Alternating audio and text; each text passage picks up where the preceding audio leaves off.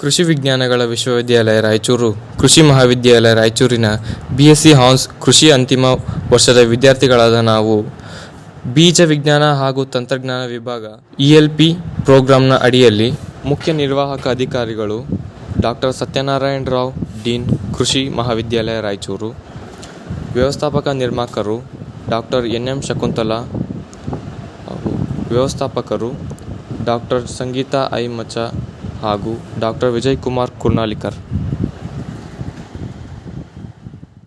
ಇಂದು ಸೊಪ್ಪು ತರಕಾರಿ ಬೆಳೆಯುವ ಪ್ರಕ್ರಿಯೆ ಮತ್ತು ಅದರ ಮಾರಾಟದ ಬಗ್ಗೆ ತಿಳಿಸಿಕೊಡುತ್ತೇವೆ.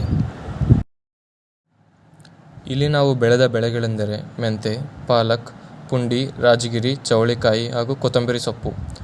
ಇವುಗಳನ್ನು ನಾವು 84x82 ಅಡಿ ಶೇಡ್ ನೆಟ್ಟಿನಲ್ಲಿ ಬೆಳೆದಿದ್ದು, ಆ ಭೂಮಿಯಲ್ಲಿ ನಾವು 10x12 ಅಡಿಯ 42 ಪ್ಲಾಟ್ಗಳನ್ನು ತಯಾರಿಸಿದ್ದೇವೆ.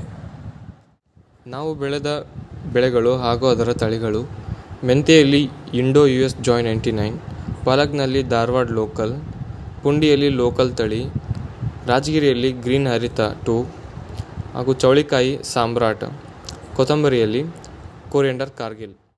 ಮೊದಲನೆಯದಾಗಿ ಬಿತ್ತನೆಗಾಗಿ ಭೂಮಿ ಸಿದ್ಧತೆಯನ್ನು ತಿಳಿಯೋಣ.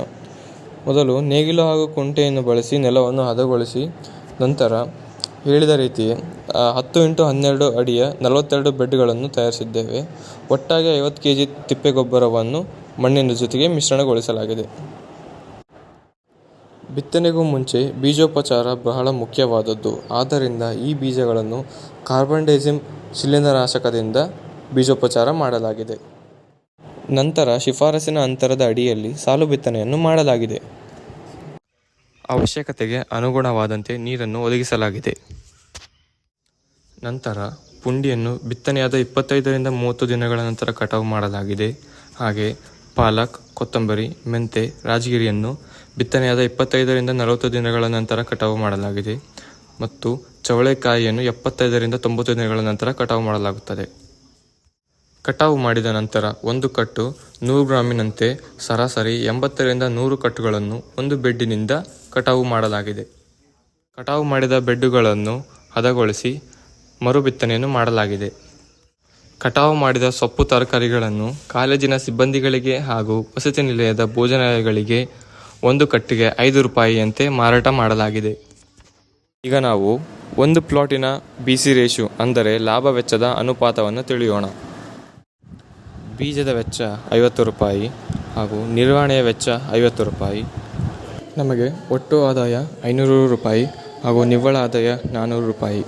BC ರೇಷಿಯೋ ಅಂದರೆ ಲಾಭ ವೆಚ್ಚದ ಅನುಪಾತ 4:1 ಅಂದರೆ ₹1ಗೆ ₹4 ಲಾಭವಾಗುತ್ತದೆ. ನಾವು ಕಲಿತ ಕೌಶಲ್ಯ ಹಾಗೂ ತಂತ್ರಜ್ಞಾನಗಳು: ಈ ತರಕಾರಿಗಳು ಒದಗಿಸುವ ವಿಟಮಿನ್ಗಳು, ಖನಿಜಗಳು ಮತ್ತು ಫೈಬರ್ನಿಂದಾಗಿ ತರಕಾರಿಗಳಿಗೆ ಹೆಚ್ಚಿನ ಮಾರುಕಟ್ಟೆ ಬೆಲೆ ಮತ್ತು ವರ್ಷಪೂರ್ತಿ ಬೇಡಿಕೆ ಇದೆ. ಆದ್ದರಿಂದ ಈ ತರಕಾರಿಗಳ ಉತ್ಪಾದನೆ ಮತ್ತು ಅದರ ಮಾರುಕಟ್ಟೆಯನ್ನು ನಾವು ಭವಿಷ್ಯದಲ್ಲಿ ಉದ್ಯಮಶೀಲತೆ ಅಂದರೆ ಎಂಟರ್ಪ್ರಿನರ್ಶಿಪ್ನಲ್ಲಿ ಅಳವಡಿಸಿಕೊಳ್ಳಬಹುದು. ಬೀಜೋಪಚಾರ ಮಾಡುವ ರೀತಿ ಹಾಗೂ ಪೋಷಕಾಂಶ ನಿರ್ವಹಣೆ, ವಿಜ್ಞಾನಿಗಳ ಜೊತೆ ಸಂಭಾಷಣೆ ಹಾಗೂ ನೀರು ಹಾಯಿಸುವಿಕೆ ಹಾಗೂ ಮಾರಾಟದ ಕೌಶಲ್ಯತೆಯನ್ನು ತಿಳಿದಿದ್ದೇವೆ. ನಮ್ಮ ತೋಟ ನಮ್ಮ ಊಟ ಎನ್ನುವಂತೆ ನಾವು ಹಾಗೂ ನಮ್ಮ ಸುತ್ತಮುತ್ತಲಿನ ಎಲ್ಲ ಸಿಬ್ಬಂದಿಗಳು ಹಾಗೂ ವಿದ್ಯಾರ್ಥಿ